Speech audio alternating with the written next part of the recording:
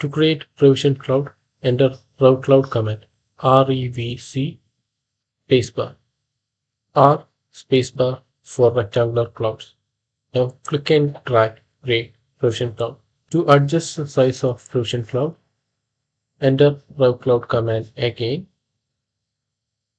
Enter A spacebar to adjust arc length. Let's reduce the arc length. Now it's 500. Let's reduce it to 250. If we draw a rev cloud again, you can see the arc length has reduced. Sometimes we have to draw a reverse revision cloud. Here is how we do it. Create a normal revision cloud using rev cloud command. Now enter rev cloud command again. Enter O for object. Now click the revision cloud. There will be an option to reverse it. Click yes.